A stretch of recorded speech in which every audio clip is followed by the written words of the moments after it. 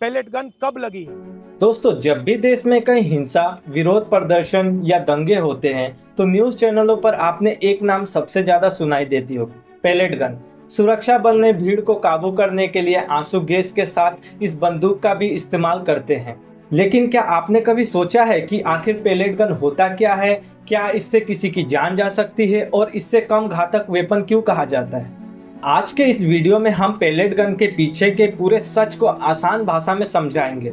लेकिन pellet gun, जिसे short gun भी कहा जाता है, इसका तरीका बिल्कुल अलग है। सबसे पहले समझते हैं कि ये काम कैसे करती है। आम बंदूक में एक गोली लगती है जो सीधे जाकर टारगेट पर लगती है, लेकिन पैलेट गन, जिसे शॉर्ट गन भी कहा जाता है, इसका तरीका बिल्कुल अलग होता है।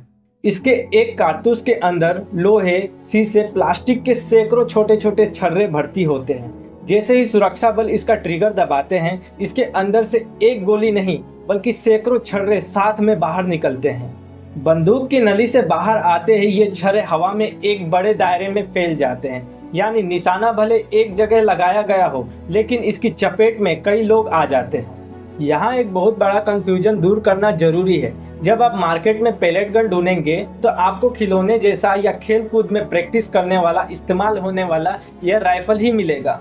वे अलग होता है।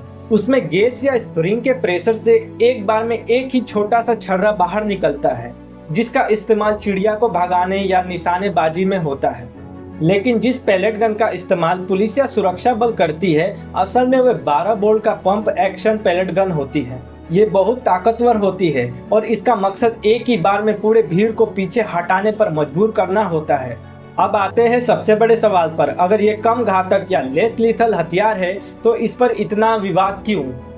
सुरक्षा बलों का कहना है कि इसका इस्तेमाल इसीलिए किया जाता है ताकि बिना किसी का जान लिए भीड़ को रोका जा सके। लेकिन हकीकत में ये कहिए कि ये पूरी तरीके से सुरक्षित नहीं है। आंखों की रोशनी जाना। इसके छर्रे बहुत छोटे होते हैं। अगर ये किसी की आंखों में घुस जाए तो हमेशा के लिए उसके आंखों की रोशनी जा सकती है।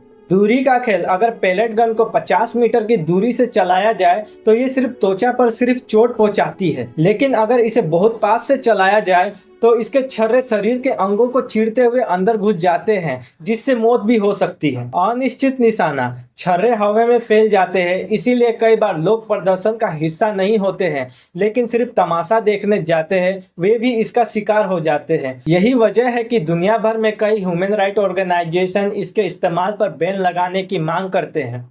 हालांकि सुरक्षा बलों का तर्क है कि अगर वे पैलेट गन का इस्तेमाल नहीं करेंगे तो उन्हें दंगों को भगाने के लिए असली गन का इस्तेमाल करना पड़ेगा, जिससे और ज्यादा लोगों की जानें जा सकती है। भारत में इसके विकल्प के रूप में मिर्ची के गोले और रबड़ की गोलियां का इस्तेमाल बढ़ाया जा रहा है। ये थी पैलेट गन की पूरी कहानी। आपको क्या लगता है, क्या हिंसक भीड़ को रोकने के लिए पैलेट गन का इस्तेमाल सही है या फिर इसका कोई विकल्प होना चाहिए? अपनी राय हमें कमेंट में जरूर बताएं। अगर आप पहली बार हमारे चैनल से जुड़े हैं तो हमारे चैनल को लाइक एंड सब्सक्राइब जरूर करें।